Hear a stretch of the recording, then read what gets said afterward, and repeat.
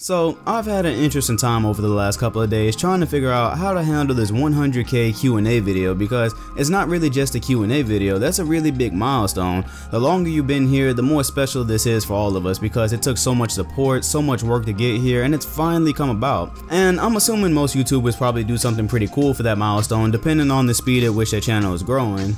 Then I was like, you know what, let me show them something about my real life, because I can mix a Q&A video with the vlog. That'd be pretty interesting. They don't know what I look like. And then when I got outside, reality kicked in pretty fast that I didn't have the equipment or the time to do what was in my head. I wanted to make a really nice, well-produced thing, and yeah, that idea pretty quickly devolved into what you see on your screen, which is me making consecutive shots from the same spot and totally overinflating how good I actually am at basketball in real life. And as I finally opened my computer to sit here with my mic tonight, I just kind of let reality take over. The reality of being a college student, and the reality of that is even when you're on break, you're not on break, because you've got a really nice set of college professors that decided to put all your tests on the week that you return from spring break, trying to pretend that anybody is going to remember anything they learned before spring break. So in the interest of actually earning a passing grade on those tests next week, I figured I would quit with all the Hollywood stuff and save it for when I actually have time, and just go ahead and answer you guys' questions in this video.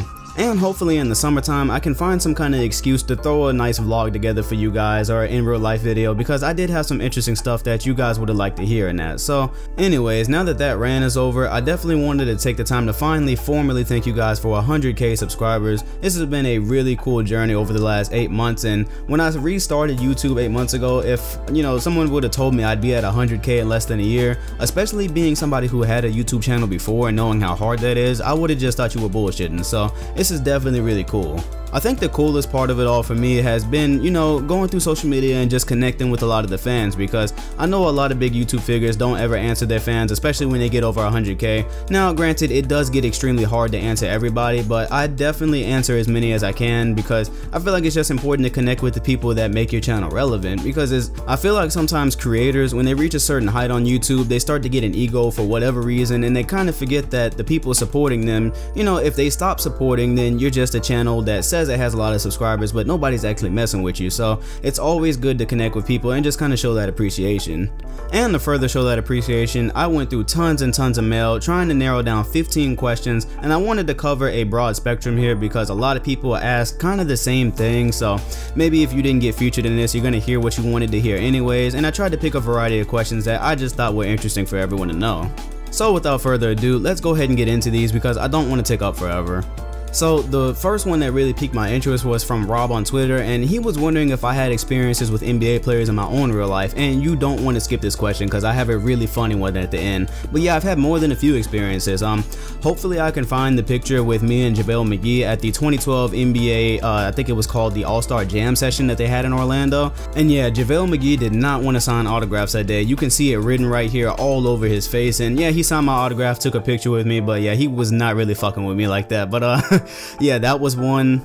Back in an Orlando Magic camp in 2009, actually, Courtney Lee rolled up to the camp and surprised us and had a 3-point shootout with us. I didn't actually get to talk to him, but I did last about 2 seconds in a 3-point shootout with him, so that was a pretty interesting experience. Even recently, because I go to a school called Rollins College, and that's where a lot of the NBA players come to train, I've actually had a couple of experiences there. So Austin Rivers, he shows up there before the season a lot. He's always training with this guy. I seen him on YouTube, but I don't exactly know his name. But yeah, in between classes, I used to shoot around a lot, and the gym would always kind of be empty around that time, and it was me, Austin Rivers was there, and his trainer, and maybe a couple of other people. And of course I shot a basketball one time, it missed, it was bouncing, and it came about an inch from hitting Austin Rivers in his face. I ran up there and I grabbed it because I didn't want to be the one to bust him in the face with a basketball. So yeah, that was one. And yeah, I also learned that Hedo Turkoglu is actually Michael Jordan in disguise, because before he signed with the Los Angeles Clippers, he used to come and shoot around at Rollins a lot too.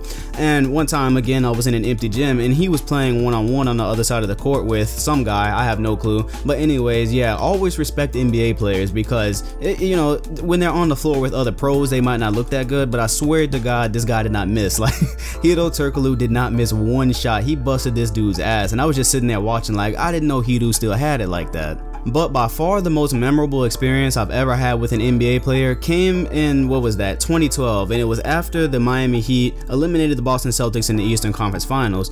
Now that summer, Ray Allen left us for the Miami Heat. If you guys didn't know, I'm a huge Boston Celtics fan, and even though he was now playing for the Miami Heat, for some reason he was at this gym in Orlando. He had actually been there before. My dad told me that he's seen them, but you know, he was there now in the summertime, and I got to see him for the first time. I'll never forget this huge 6'100" dude walking through the gym. Never seen anybody that tall in my life, and it's Ray Allen. Now of course I've got no love for this guy because I was a lot younger back then. I took it personally. Losing to Miami Heat was personal, and him going to the Miami Heat was for me like Kevin Durant going to the Golden State Warriors. Now what made this whole thing worse is I got done deadlifting. I went to go get some water right next to where Ray Allen was, and we made the most awkward eye contact because I was wearing the biggest Boston Celtics headphones in the world. They were Skull Candy Celtic headphones, as a matter of fact, and we just kind of looked at each other for a second. I just walked away. I didn't say anything to this guy because he knew what time it was. Yeah, I still haven't forgave you for that one, Ray, but let's move on. I believe it's appropriate to go ahead and talk about this one, where John is asking, how did I actually become a Boston Celtics fan? Because yeah, I'm from Orlando, but somehow I'm a Boston fan. And I believe I've told this story, or at least part of it, before, but I'll say it here since there's a lot more people now. So basically, when the Kevin Garnett and Ray Allen trade happened, as I described, I wasn't watching basketball that much. I was just keeping up with it faintly, but I knew who KG and Ray were. So when they joined Paul Pierce, I was like, oh yeah, that's an automatic championship. And me and my dad were talking about it because we always used to debate basketball religiously. And my dad was like, oh no, the San Antonio Spurs are going to win it. And I was like, you're crazy, they just got KG and Ray Allen. So basically what happened is we ended up making a, I believe, $100 bet or something like that on the San Antonio Spurs and Boston Celtics finals that did not happen in 2008. And because we made that bet on that team, I was kind of pulling for the Celtics that whole year, and by extension I just kind of became a fan. Now I do want to make it clear, we made that bet before the season. We thought that was going to be the finals in 2008, and of course it was actually the Los Angeles Lakers. And it sucks because that championship was really easy. That whole season I believe everybody kind of knew the Celtics were going to be champions, but the next year when Kevin Garnett got injured, it started, you know, that's where the adversity started. So of course that's when I really started pulling for Boston because they were always the underdogs after that. And you know, of course, you know the story of how they never won again. So you know, it's really painful that we won the championship when it was very easy, and I can barely remember it because I was in the 7th grade. I remember it, but you know, I don't want to talk about it. Let's just move on. Next question comes from JD on Twitter, and he's asking who my childhood crush is. I definitely wanted to put this one in here just to mix it up, and my childhood crush was exactly who every 90s kid's childhood crush should have been, and it was that pink Power Ranger from the dinosaur ones. I have no clue what her name is. I will find this on Google so you guys can see. And yeah, if you grew up in the 90s and you know you're a little kid, and yeah, that had to be your first crush because you were probably watching Power Rangers. So yeah, it's the same as everybody else, man. Next question came from a private Snapchat I got. I don't have the name, I'm so sorry, but I do have your snap right here, and he's asking how I got the name Dom2K. And it's funny because I always did want to tell this story. So if you didn't know, I used to own an old channel called Mr. NBA 2K Highlights. That one I actually did end up switching to Dom2K in the middle of its lifetime, but you know, I just moved it over to here because I like that name most. So basically in real life, my real name is Dominique Willis, and I was named after Dominique Wilkins. People always confuse that. And when I got to college, for some reason, all my life people called me Dominique until I got to college and people started calling me Dom. That's how everybody at Rollins knows me. And so me and my friends in my sophomore year of college, obviously we like to play 2K in the dorms a lot, and it's literally this simple, right? My friend said at 9 o'clock or 10 o'clock or whatever, I'm gonna set an alarm and I'm gonna call you when we're done with homework so you can come over and play 2K. And I got there a little bit early because they were ready before the alarm went off. And when it went off, my friend read it because on his screen he wrote down Dom2K to remind him to call me to play 2K. So that's literally how I got my name, because I was like, huh, Dom2K, that just kind of goes together. And then that was my channel because I used to play 2K on my old channel. So I was like, I think that'd be better than Mr. NBA 2K Highlights. I think my new name is going to be Dom2K from now on. So yeah, my friend's phone alarm reminding him to call me for 2K is exactly how I got this YouTube name. Nothing more, nothing less. And I guess that would be an appropriate time to transition to this question because I mentioned my own channel, and on Snapchat Owen asked me what happened to my old channel, and yeah, I definitely want to talk about this. So yeah, for any of you that think I just hopped on YouTube in July and became an instant success, that's very far from the truth, because I know what it's like to be a failed YouTuber actually. I posted my first video back at the end of 2013 on Mr. NBA 2K Highlights, and that channel is still there. Everything I posted is still there, so if you want to see my failures and some really bad audio and commentary, you can go watch it, whatever, I'm not embarrassed.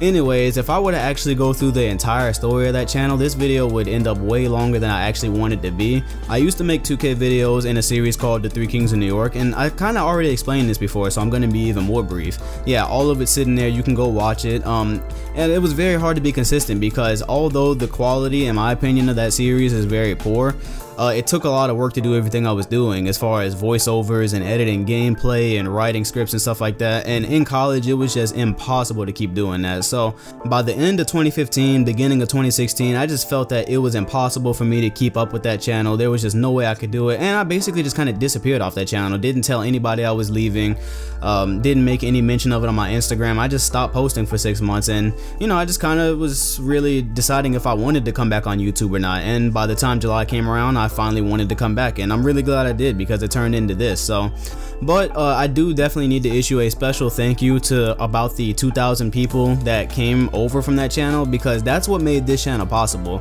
You know, a lot of the things that you might not know about YouTube is that if you're starting from scratch with 0 following, it is very hard and discouraging to just come on YouTube, because your videos will only get like a couple of views unless you're really lucky. And the fact that after 6 months of leaving or just being away, I had about 1,000 or 2,000 people that still wanted to hear my voice. You know, they came over from that old channel and they came to Dom 2K, and that's what gave me the jump start. Otherwise, I would have just been like a lot of channels that, you know, post videos and only get like 100 or 200 views. So, you know, that was definitely very helpful for those people that came over from the old channel. Stepping away from my stories, Dominic on Snapchat asked, what do I think about Lonzo Ball's comments? And if you've been living under a rock, Lonzo Ball is the new internet meme. He's the father of the Ball brothers, and every day he's saying something in the media that basically gets spread around like wildfire.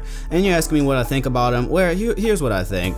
If you follow my Twitter, you know a couple of weeks ago, before I identified what's happening or what was happening, I said that he was really annoying. But then I said, you know what? Actually, I see what's going on here. First of all, I do want to commend Lavar on raising highly successful children, because yes, it's looking like all of them are going to make it to the NBA. Whether they're going to be stars or not, I don't know. And that's where he's doing his children a disservice, because Lonzo, all he's doing, if you're paying attention to, you know, the age of social media, he's just using a highly successful marketing strategy. And for this next part, I don't want anybody to get overly sensitive, because I don't care who you voted for or who you support. This isn't a political debate. This is just me drawing legit comparisons here. And the reason Donald Trump didn't actually have to spend a lot of money on marketing and campaigning and stuff like that with commercials is because the media was covering him 24/7, because a lot of the stuff he said seemed outrageous to people and it seemed really crazy to people. But you know, in this day and age, there's no such thing as bad press. You know, the more attention you get, you know, the more followers, and eventually success really comes with that. And you can look at that not only with Donald Trump, but the Catch Me Outside girl. You know, she's a disgusting little girl to most people, but here she is now getting endorsement deals off of that one catchphrase. And this just works in the age of social media. You know, you can't honestly think that Lavar thinks he could have beat Michael Jordan, or you know, that Charles Barkley should think like him. All these things that Lavar is saying, it's working because the media is covering him all the time, and he's not spending any money or energy. He's just saying crazy shit, and people are flocking to it. Now, growing up in the age of social media, it doesn't take me long to distinguish a troll from somebody who's being serious, and Lavar Ball is trolling with a lot of the stuff he says. But media, news outlets, they don't care. What they care about is clicks and shares. And no matter what Lavar is saying or how serious he's saying it, you know, all they care about is that people are going to come to their site, they're going to comment, they're going to share the article, and they're going to talk about it. It generates clicks. So that's what I think about Lavar Ball. Lavar is using a strategy that I agree is kind of doing his kids a disservice, because people are going to end up hating his kids before they even make it to the league because of him. And this media strategy in the age of social media is basically, you know, if you're willing to not care what anyone thinks about you, all you have to do is be outrageous, and that attention, more times than not, it's coming. So that's what I think about Lavar Ball. That's what he's doing. And yeah, I basically stopped paying it mind because I've identified it, and yeah, that's what I think about Lavar. So the next question comes from Ahad from Instagram, sorry if I mispronounced that, and he's asking me who inspired me to make videos, and I actually got a similar question from somebody who asks me who was my favorite sports commentator, so I just kind of combine these because they're almost the same thing. So the important thing is I don't think anybody actually inspired me to make YouTube videos. Actually, what inspired me to make YouTube videos was, you know, I used to play with my friend, I used to play 2K a lot, and we had these really close and intense games. We used to do online series, and I told him, you know, one day I was like, hey, I'm gonna start recording these and putting them online because I think people would want to see. Now, of course, if that's how I started YouTube, nobody would have gave a shit and I eventually would have quit. But yeah, so that's really what put me there. But if I had to attribute, you know, what got me interested in YouTube videos at all, it would honestly probably be Chris Smoove. Correct me if I'm wrong, but I think Chris Smoove is probably credited with creating the 2K community on YouTube, because he was making 2K videos as early as NBA 2K9, and actually before him there was Messenger Matt who was making 2K short films, so I don't know, maybe you credit him with some of that. But as far as actually the sports commentary genre, I believe that was Chris Smoove. And yeah, maybe I can't say Chris Smoove inspired me directly to make YouTube videos, because that, again, that was just a thing with me and my friend. But even now, as myself as a YouTube commentator, I definitely look up to Chris Smoove the most, because I look at him as pure consistency. So it's 2017 right now. He's been making videos since 2009, I believe, right, or 2008, something like that, back when I was still a kid. And if you go look at other YouTubers, it's very hard to stay that consistent and that hot for a long time, because people make videos and they burn out. You know, you see these channels with 300,000 subscribers and nobody's watching them anymore. And to see Chris Smoove exist for that long and turn himself, you know, the success that he's had with it, I think is pretty impressive. So you look at how he had that gig with Tony Parker and he got to do the PS4 commercial with David Ortiz. You know, yeah, as a sports commentator, I really look up to him because of what he's been able to do on the business side of YouTube. And if I'm ever lucky enough, I would definitely love to talk to him about that, because being a YouTuber, sometimes it doesn't come with a guide. Like, there, you know, it's not like I can just ask my friend, hey, how do I do this? Like, not everybody has a big YouTube channel. So yeah, it would definitely be cool to discuss some of the business side and how he parlayed YouTube into other things. That's why I look up to him, because clearly, you know, almost 10 years later, he's still doing this. He's got the right idea. So if that answers your question, yeah, Chris Smoove is definitely probably my favorite sports commentator.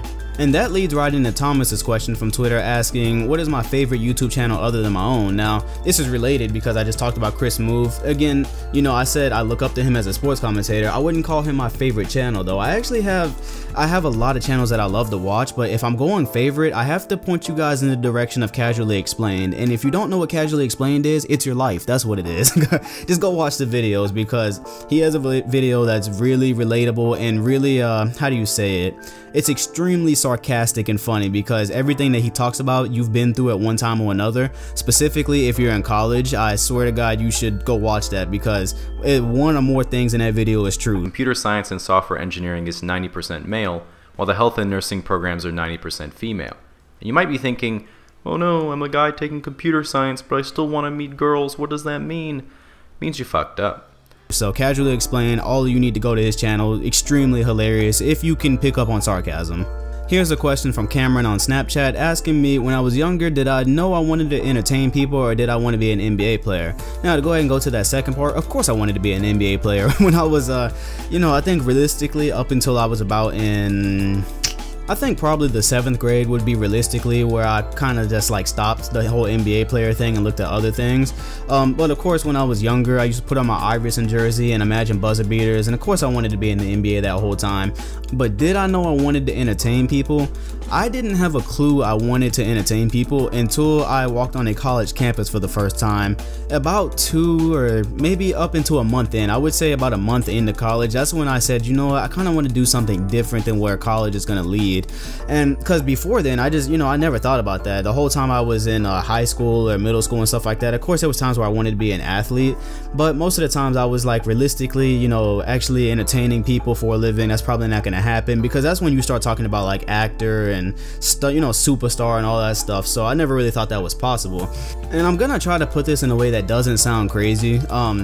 You know, when I came to college, I did not like the direction that I feel like was kind of laid out for everyone. You know, everyone has what they want to do in life, and I'm totally fine with whatever your dream is. So some people's dream is to go, you know, be at a certain job or, you know, work for a corporation, and You know, only about a month into college, the only thing that really felt right to me was creating my own thing. Now, mind you, my freshman year in college, I had no clue what my own thing was, because up until about December of that year, there was no YouTube, there was no anything. I had no clue what I wanted. I just wanted my own thing. And there's no question in my mind that that's a gene passed down from me from my dad, because he's always had his own thing his whole life. And a funny saying he always has whenever he's joking with my mom is he says he's not a good worker because he's a boss. And you know, I guess it just kind of got passed down to me naturally, and you know, I feel that same way. Like, if it's possible, I want to own my own thing. I want to work for myself. That doesn't mean that I'm under the illusion that I'm a YouTuber now and it's going to be that same way, you know, 20 or 30 years from now. I understand that YouTube, you know, to really make it successful, you've got to turn it into other things. And that's actually the next question. It comes from Ruman, and he asked me, what are my plans for the channel? Do I have any long-term goals? And you know, I'm going to be quite honest with all of you guys. I can't just tell you guys what I have in mind, because you know, YouTube has vultures. People hear things, they take it, especially people with the means to take it. So I don't want to tell you guys exactly what I have planned for the future, but just a wise tip, especially if you're becoming a YouTuber.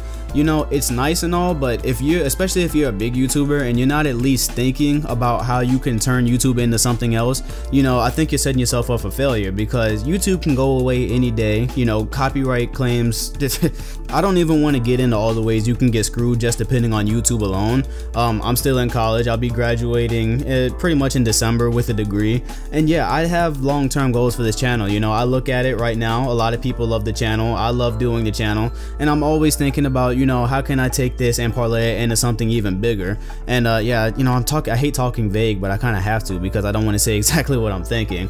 The best way I could answer this question is to say, yes, I do have long-term goals and plans for the channel, and I definitely want to use what I have on YouTube here to create bigger things in life for myself and open up other doors. You know, the most successful YouTubers that I know, that I've heard the same thing consistently from them down the line, and they say that I could lose YouTube today and I could still be fine in my regular life. It wouldn't make much of a difference. And that's where I want to be after a certain amount of years. I want it to be like, yeah, I do YouTube, a lot of people watch it, but you know, if it got taken away from me, I could still live, because yeah, it's a kind of like a security measure. And from what I know about these YouTubers, they used the opportunity that they had on here and they built something outside in real life for themselves. Now, does that mean you're going to see me on ESPN one day or something like that? You know, honestly, I don't close doors, but that's not really what I'm shooting for.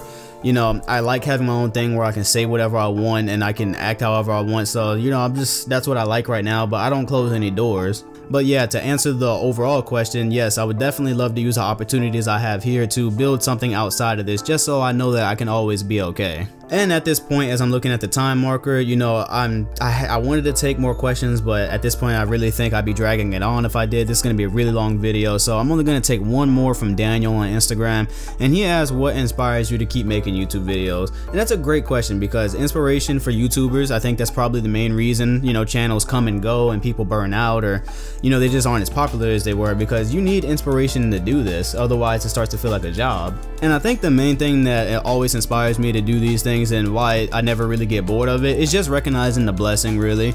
You know, everybody doesn't find something in life enjoyable to do as a job, so I recognize the privilege, because this could have easily went somewhere else. I definitely like the fact that I can wake up and talk about basketball and, you know, hundreds of thousands of people that come to listen to it. I think that's pretty awesome. I always get, you know, Snapchats and Instagrams from people around the world now. I've gotten Snapchats from people in Africa, Portugal, London, like all these countries, and you know, I never really stopped to think like, wow, that is crazy. Like, people in other countries are listening to me just talk about basketball. Just, you know, I used to talk about basketball with my dad, my friends, just something I just did my whole life for fun. Now I do it for, you know, a lot of people around the world and a growing number of people. So that's the inspiration right there, is just doing something you love every day, because that's very, very, you know, that takes luck. That takes luck, especially when you grow up and you become an adult and you realize what life really is and bills and all that stuff. You start to realize that, man, people out here, not everyone gets to do what they want, and sometimes it's just about where you were born and the type of opportunities you had, and yeah, that life could be very different. So I just recognize the blessing. That's it. Just recognize the blessing and go from there. Like, I look at it from the perspective of me being 21 years old, and I'm like, okay, so I graduate college in December, which is only 9 months from now. And if I can graduate and I can continue to wake up and do something I love every day, to get on my feet and take care of myself from a very young age, or if I can turn YouTube into something else outside of YouTube, YouTube to you know, set myself up from this age where I can be happy and financially stable. Those two things in America are very hard. Like, people don't realize it, especially if you grew up with it. But you know, financial stability and happiness, normally those go separate ways. Like they're not on the same spectrum. You either, you know, you can choose a job that you're very happy with, but it won't pay much. I think that's what a lot of teachers get stuck into. Or, you know, you can choose to, you know, go down the money route, but you might not be exactly happy doing what you do for that. So yeah, this makes me happy. And especially to be at the age of 21, you know, because again, those are like your struggle years financially. Yeah, the way it's looking, you know, if I can get out of college and I can be at a certain spot, you know, from that young of an age, that's a complete blessing, and that's the dream right there. So, you know, turning YouTube into something even bigger, and yeah, just you know, that's it. Like I said, the blessing. Just to tack on to that, it's also really cool to see people I've somehow like inspired, because I had no clue, you know, by talking about basketball. Like, I get messages all the time from people saying how I've sparked their interest in basketball and it's an inspiration to them and stuff like that. And I'm like, wow, like I was just talking about basketball, fam. Like, I had no clue people would actually take that, you know, to a bigger place. So that's really awesome as well. Those are the unintended parts of me doing these things. So yeah, it's really enjoyable. And we're now at 25 minutes. If you made it this far, you've heard some really good things. I really thank y'all for watching. I thank y'all so much for, you know, really us hitting 100,000 subscribers, because this has been a team effort. Like I said, I could talk about basketball all day, but if y'all aren't interested, then, you know, this channel doesn't go anywhere. So definitely appreciate that. You guys can write down an IOU for the vlog and the face reveal that I was definitely gonna do over this break. I just don't have time to do it to the quality that I wanted. You know, sometime during the summertime, hopefully I've reached another milestone where I can just make an excuse to make a vlog for you guys, because, you know, I can get pretty creative with that stuff. You guys don't see a lot of the editing that I can do, because these videos don't take a lot of editing, but yeah, I could make something really enjoyable for all of us. So, you know, thank you guys for watching. This is definitely just the beginning, and I look forward to a bright future with all of y'all, and I'll see you in the next video.